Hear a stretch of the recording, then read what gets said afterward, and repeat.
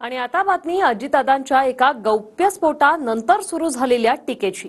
दिवंगत आर पाटलांच्या सहीमुळे सिंचनाची चौकशी सुरू झाल्याचा आरोप अजित पवारांनी केला आणि त्यानंतर आता फडणवीसांनी हे उत्तर दिले। पाहूया। यांनी त्या फायलीवर अजित पवारांची ओपन इन्क्वायरी करावी म्हणून सही केली। केसांनी गाळा कापायचे धंदेत राव। अजित पवारांनी दिवंगत आर पाटलांवर सिंचनाच्या चौकशीवरून आरोप केले आणि आता शरद पवारांची राष्ट्रवादी मैदानात उतरली आहे। अजित पवारांच्या आरोपांनुसार गृहमंत्री असताना आर पाटलांनीच फाईलवर ओपन चौकशीसाठी सही केली आणि केसानं गळा कापला असा गौप्यस्फोट अजित पवार यांनी केला। विशेष म्हणजे ती फाईल तत्कालीन मुख्यमंत्री देवेंद्र फडणवीस यांनीच मला दाखवली असंही अजित पवार यांनी म्हटलंय। आता सुप्रिया सुळेंनी आणि संजय राऊतांनी गोपनीयतेच्या शपथेवर बोट ठेवलाय। फडणवीसांनी त्यावेळी मुख्यमंत्री पदाच्या गोपनीयतेची शपथ मोडली। त्यामुळे फडणवीस आणि अजित पवारांवर गुन्हे दाखल करा असं राऊतांनी म्हटलंय।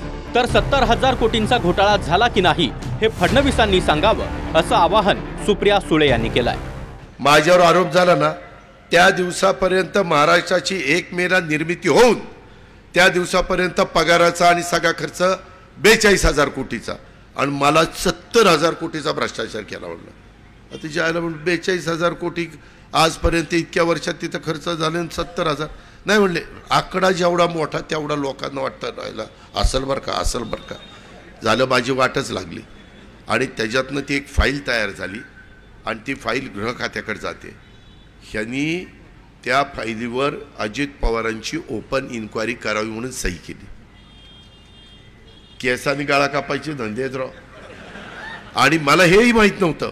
निवडून आले आपले देवेंद्र फडणवीसचं सरकार आणि देवेंद्रनी सही केली आणि मला नंतर सांगितलं या इकडं मला घरी बोलवलं। म्हणले हो का ही सही मुख्यमंत्र्याच्या करता राहिली होती, तुमच्या आबानी तुमची इन्क्वायरी ओपन करण्याच्या करता सही केली की नाही? आणि खरंच त्याची सही होती। मला इतकं वाईट वाटलं। ठीक आहे म्हणलं आपला जेव्हा भावाचा सहकारी पण काय आपलं काहीतरी चुकलं असेल म्हणून आपल्याला कामाला लावून बाबा त्या ठिकाणी हे केलं। जेव्हा तुम्ही मंत्री होता तेव्हा तुम्ही शपथ घेता, शपथेमध्ये फाईल एकामेकाला दाखवायची उभा कुणालाच नसते। तर देवेंद्र फडणवीसांना जवाब देना पडेगा। जर एक महाराष्ट्राचा मुख्यमंत्री अशा फाईल्स लोकांना दाखवत असेल तर हे चिंताजनक नाही आहे, हा विश्वासघात नाही आहे। आणि आरोप कोणी केले? आरोप देवेंद्र फडणवीसांनी केले। त्याच्यामुळे आज सगळ्याचं उत्तर देवेंद्र फडणवीसांना द्यावं लागेल की 70,000 कोटी रुपयाचा घोटाळा झाला का नाही झाला। बघा अजित आबांचे केस फार लहान होते, ते केसाने गळा कापू शकत नाही। अत्यंत प्रामाणिक कर्तबगार असे या राज्याचे गृहमंत्री होते। त्यांनी कधीच चुकीचं काम केलं गृहमंत्री म्हणून असं आम्हाला वाटत नाही। आणि त्यांनी काल आर पाटील गृहमंत्री यांनी जी सही केली होती दाखवली। त्याने अशा प्रकारे हा गोपनीयतेचा भंग करणं हा फार मोठा गुन्हा आहे। राज्यपालाने या दोघांवरती गुन्हा दाखल करण्याचे आदेश दिले पाहिजेत। 2014च्या विधानसभा निवडणुकीमध्ये भाजपच्या प्रचाराचा मुख्य मुद्दा हा सिंचन घोटाळाच होता। बैलगाडी भरून पुरावे भाजपनंच दिले होते। आता सिंचन घोटाळ्याच्या आरोपांवरून कुणाचं काय म्हणणं आहे तेही जरा नीट समजून घेऊया। आर पाटलांनी गृहमंत्री म्हणून आधीच सही केली होती असं अजित पवार यांचं म्हणणं आहे। विधानसभा निवडणुकीमध्ये सत्तांतर झाल्यानंतर 2014 मध्ये मुख्यमंत्री झाल्यानंतर फडणवीसांनी सही केली आणि फक्त माझ्या सहीसाठी चौकशी थांबली होती असं सांगत आबांची सही दाखवल्याचा अजित पवारांचा दावा आहे। मात्र फडणवीसांचं म्हणणं आहे की अजित पवारांची चौकशी मी मुख्यमंत्री होण्याआधीच म्हणजे काँग्रेस राष्ट्रवादी आघाडी सरकारमध्ये सुरू झाली होती। चौकशी सुरू झाल्यानंतर एसीबीनं तत्कालीन जलसंपदा मंत्री अजित पवारांनी नियमांना फाटा देत वाढीव खर्चाला मंजुरी दिल्याचा ठपका ठेवला। मात्र 2022 मध्ये एसीबीनं अजित पवारांना क्लीन चिट देणारा अहवाल दिला, पण मुंबई हायकोर्टाच्या नागपूर खंडपीठानं तो स्वीकारला नाही आणि 2022 पासून नागपूर खंडपीठात एकही सुनावणी झालेली नाही। अजित पवारांनी जे वक्तव्य माझे ज्येष्ठ बंधू कैलासवासी आर पाटील यांच्याबद्दल केलं हे अतिशय अस्वस्थ, वेदना आणि दुःख देणारं होतं। खरं तर मी वहिनींना फोन केला आणि माफी मागितली, कारण का वहिनींना आबांच्या आईला आणि कुटुंबाला किती दुःख झालं असेल. गेलेल्या माणसाबद्दल ज्या असंवेदनशीलपणे हे वक्तव्य आले, मला खरंच आश्चर्यही वाटलं, दुःखही वाटलं आणि खरंच अस्वस्थ करणारी आहे. म्हणजे राजकारण ह्या पातळीला गेलंय का, ह्याच्या वेदना आणि दुःख नक्कीच झालं.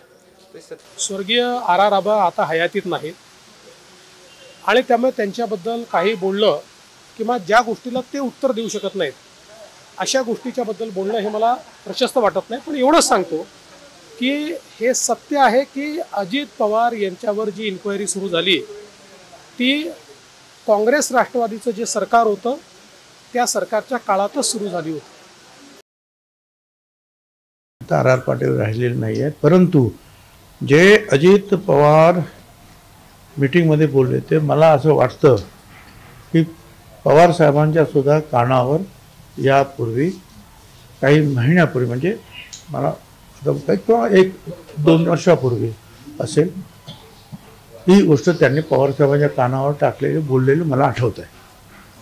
आघाडी सरकारच्या काळात तत्कालीन सिंचन विभागाचे अधिकारी विजय पांढरे यांच्या तक्रारीमुळेच प्रकरण चौकशीपर्यंत पोहोचलं होतं.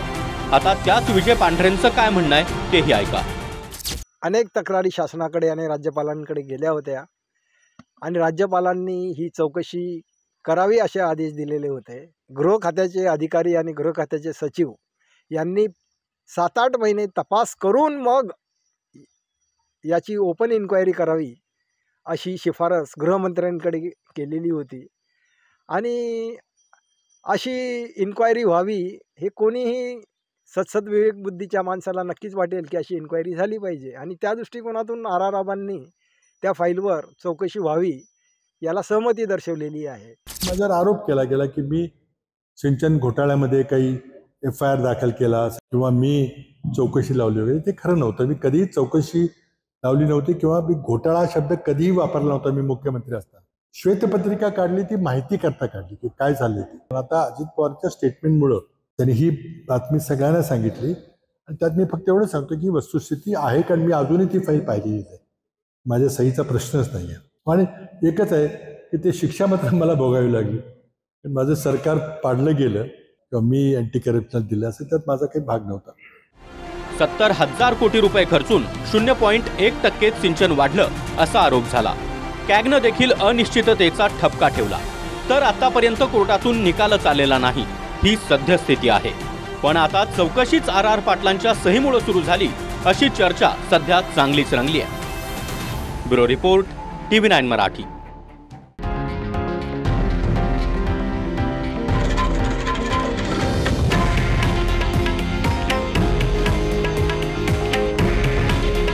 हे आहे देशातील नंबर 1 न्यूज नेटवर्क आणि आपण पाहत आहात TV9 मराठी.